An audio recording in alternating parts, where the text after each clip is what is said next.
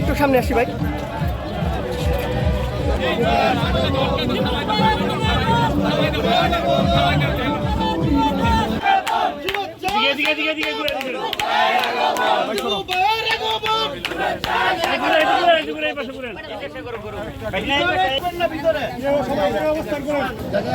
আপনারা আমার পাশে নিয়ে যাবো।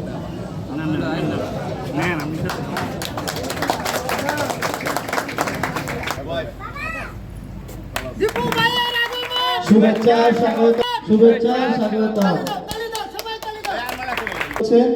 সবাই গৌতালি মানুষ স্বাগত জানেন।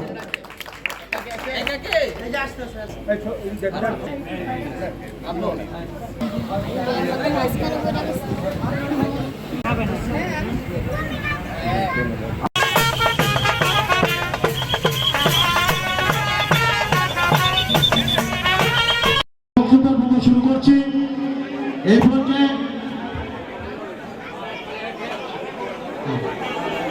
এই পর্যায়ে বক্তব্য রাখার জন্য সম্মেলন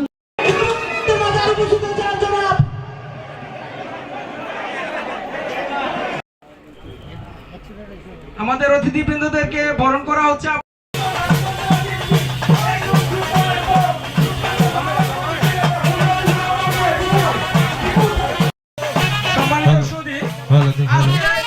শারদীয় দুর্গোৎসবে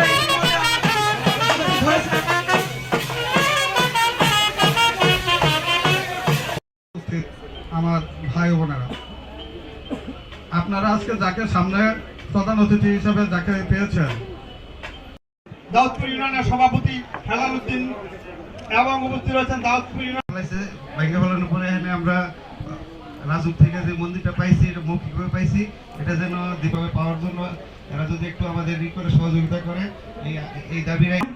আমাদের মাঝে আরো উপস্থিত আছেন নারায়ণগঞ্জ জেলা বিএনপি সাবেক সাধারণ সম্পাদক। আমি বক্তব্য শুরু করছি। বাংলাদেশ জাতীয়তাবাদী দল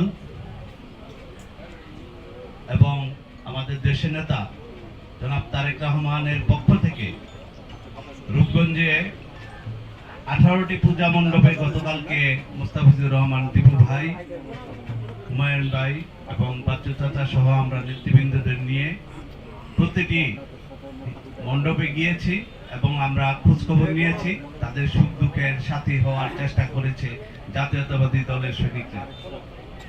আমি শুধু একটি কথা বলতে চাই, ধর্মের ভিত্তিতে বাংলাদেশে কখনো হানাহানি বা বিভেদ হয়নি। ঈদ হোক আর পূজা হোক, আমরা কিন্তু সমভাবে উদযাপন করি। আমরা ভ্রাতৃত্বের বন্ধন চাই, সম্প্রীতির। আমরা চাই একে অপরে মিলেমিশে থাকি এবং এই শারদীয় দুর্গোৎসব আপনাদের প্রত্যেকের ঘরে সুখ শান্তি বয়ে আনুক এবং সবার মনে আনন্দ এবং শান্তি বয়ে আনুক, এই প্রত্যাশায় আমি আপনাদের সুস্বাস্থ্য কামনা করে সংক্ষিপ্ত বক্তব্য শেষ করছি। আসসালামু আলাইকুম। আপনাদের কি পূজা করতে গিয়ে কেউ কোথাও কোনো বাধা সৃষ্টি হয়েছে? কোথাও কোনো বাধা হয়নি না? কারণ কি জানেন, আমাদের দেশ নেতা তারেক রহমান সাহেবের একটা নির্দেশ আছে যে রূপগঞ্জে যাতে সবচেয়ে শান্তিপ্রিয় ভাবে পূজাটা উদযাপন হয়। এর জন্য কিন্তু আমরা বিএনপি পরিবারের প্রতিটা মানুষ প্রতিটা পূজা মণ্ডপে আমরা যাচ্ছি, গিয়ে তাদের খোঁজ খবর নিচ্ছি।